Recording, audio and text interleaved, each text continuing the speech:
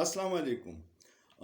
ما ته ډیر ګران زما ډیر محترم مولانا فضل الرحمن صاحب زه ډیر قدر او عزت کوم.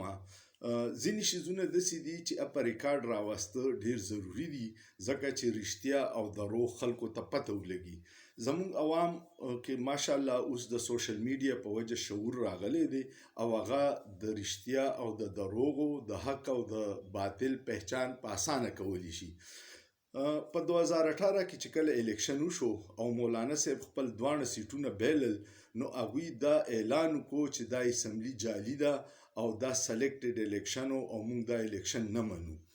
پی ډی ایم والا جماعتونو ته وی په هغه ورځو کې پی ډی ایم لا نو جوړ شوی اتحاد کوي چې اسمبلی کې حلف نالو خو د مولانا صاحب زویم بیا حلف واغستو دا وی پارټي ټولم حلف واغستو او نور مرګرو هم حلف واغستو خو مستقل بدوی دا وی چې دا جعلي اسمبلی ده.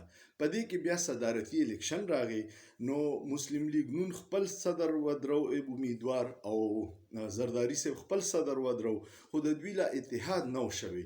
په دوی په منځ کې د استازي کار به مولانا فضل الرحمن کو چې د زرداری لبه د نواز شریف پیغام رسو د نواز شریف لبه د زرداری صاحب پیغام رسو. په دې کې د دوی دوانو پیغاماتو په منځ کې مولانا صاحب خپل ځان پیش کو چې زه به صدارتي امیدوار شم.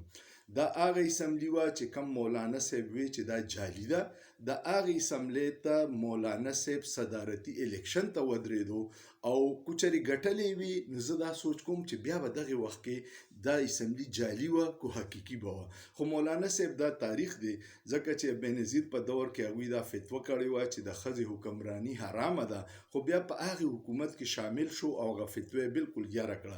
نو کیدای شي چې صدر منتخب شوی وي د عارف الوی په مقابله کې او بیا وی چې زه خیر دی کو جعلي ده خو زه صدر شوم نو دا په ریکارډ باندې ما وی چې تاسو ته راولم هغه اسمبلی جعلي و. بیا د چلو شو چې دا هغه جعلي اسمبلی ده چې کله د عمران خان خلاف عدم اعتماد پیش شو او دوی په اقتدار کې رااله او د مولانا صاحب ته زوی ته او یو د پارټي بل ممبر ته وزارتونه ملاو شو نو بیا هغه جعلي اسمبلی خاموشه شو. خبره یره کړه اوس هغوی په هغه اسمبلی کې دي خط د اقتدار مزیلی د مولانا صاحب د الله ول ډیر ژوند ورکی زی ډیر قدر کوم خو دا هغه مثال دا دی چې د اقتدار نه بهر شي نو دسی لکه مې چې د وبونه بهر کی او چې کله اقتدار ته کې نو بیا هر طرف ته سکون شي هیڅ مهنګای نه هیڅ حالات خراب نه او نه غي اسمبلی جعلي وي.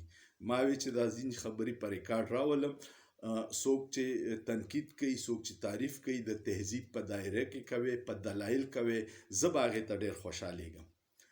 سوچ پې کوئ په سوچ کې څه ګناه نه ده. شکریه.